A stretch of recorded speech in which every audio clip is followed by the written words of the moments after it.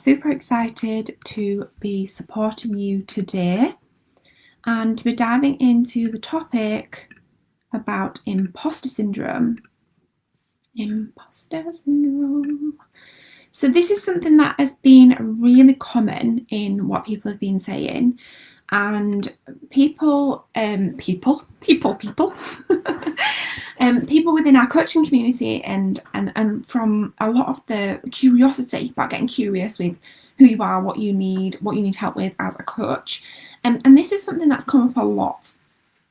Right, it's come up a lot. So I've got 10 minutes now, just under 10 minutes, and I'm really going to dive into how to stop feeling like an imposter as a coach, right? Because a lot of our coaching community say things like either I want to be a coach, but I'm just not sure if I'll be good enough. I don't know if I'll be able to do it. I feel like maybe I don't know enough, or I feel like I might start and then get found out that I'm not good enough, or something like this, right? And basically what this is imposter syndrome, right? It's called imposter syndrome. And imposter syndrome, I'm just going to touch on this, and I don't want to do a rant, right?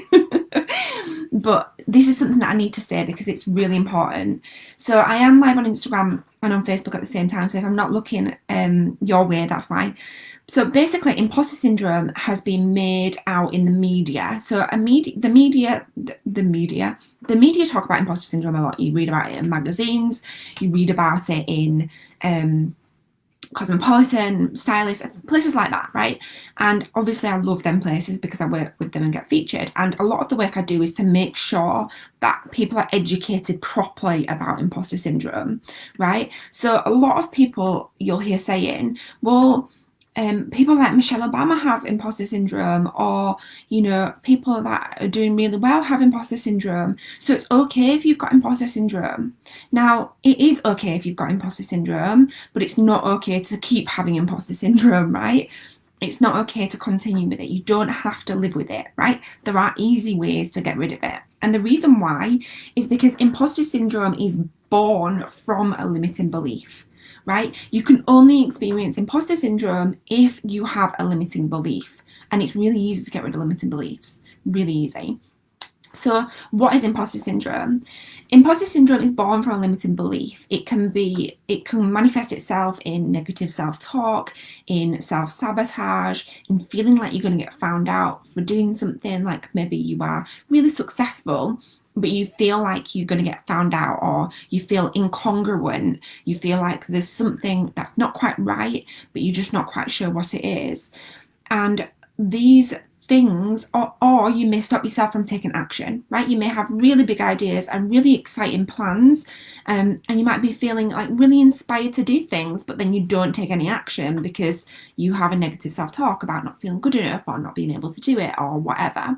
And sometimes we may not consciously be aware of it, right? So sometimes we unconsciously self-sabotage and take actions, or don't take actions towards things that we want to do, or take actions to jeopardize and sabotage our efforts and our success, right?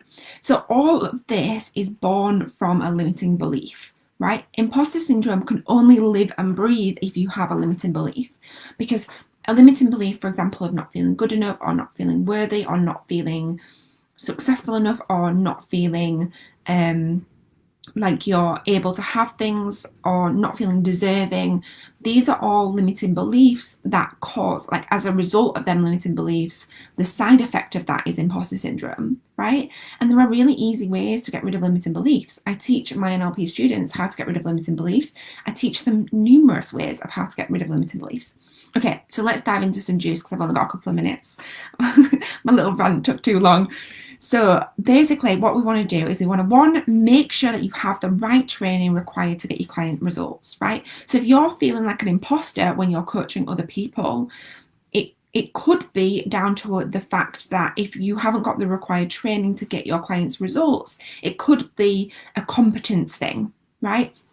It could be a competence thing. It could be like, it may not be that you've not got the confidence. You may have all the confidence, but you may not be competent in getting people them results, right? If you've never done something before, it may be that because you've never done it, you're not sure that you're able to do it, which then causes a limiting belief, which then causes imposter syndrome, right? So you need to ensure that you have the right training in order to get your clients the results. And when you have the right training, you'll understand how to support your clients properly. So you'll know then that this imposter syndrome is coming up because maybe there's a limiting belief going on, right?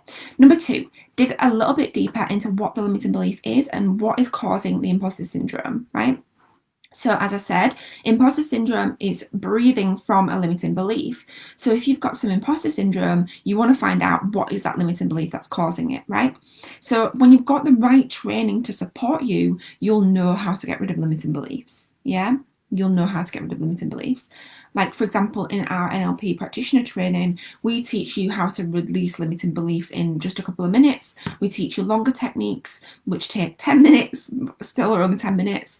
And then I teach you another in our timeline therapy training. It's a really powerful way to clear out all negative experiences from the past, reframe the way that we think about them, and then move forward and get rid of any limiting beliefs and any limitations.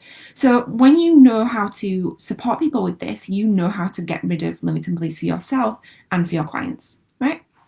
Number 3, stop focusing on yourself. Stop focusing on yourself and begin to focus on your clients, right?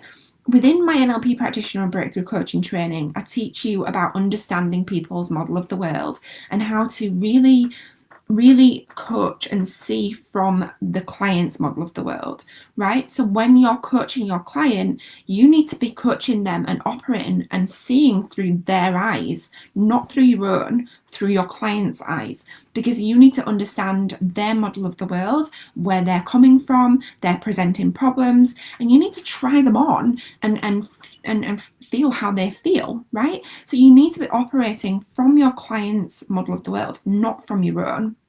So stop focusing on yourself, because often we can get caught up in ourselves and in our own model of the world. But when we're working with our clients and we're working and operating and supporting them and we're seeing through their eyes, we don't have time to be up in our heads with negative self-talk and feeling like an imposter or anything like that, because we're focusing on our client and we're immersing ourselves in our client's model of the world to understand how they're experiencing problems, how you are helping them with their presenting problems, and how to get them results, right? So really quickly, just to recap them, how to stop feeling like an imposter as a coach. Number 1, make sure you get the right training that you are that will require you to get your clients results. So make sure you get the right training. Number 2, dig a bit deeper into what the limiting belief is and what is causing the imposter syndrome. Number 3, stop focusing on yourself and begin focusing on your clients. So within our NLP practitioner and breakthrough coaching program, I teach you all of that and so much more.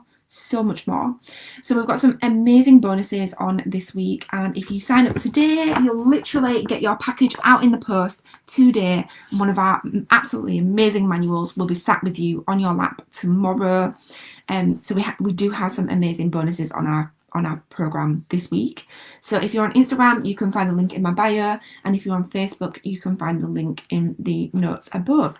So if you do have any questions about the program, do reach out, and I'm here to help you. So that was Rebecca Lockwood. I'm talking about myself in third person. It was a bit weird. As always, I'm Rebecca Lockwood, your neuro-linguistic programming trainer, hypnosis trainer, and breakthrough coach trainer. And if you have any questions about my NLP practitioner and breakthrough coaching program that we have on a bonus this week, then do reach out with a message, and I'm here to help.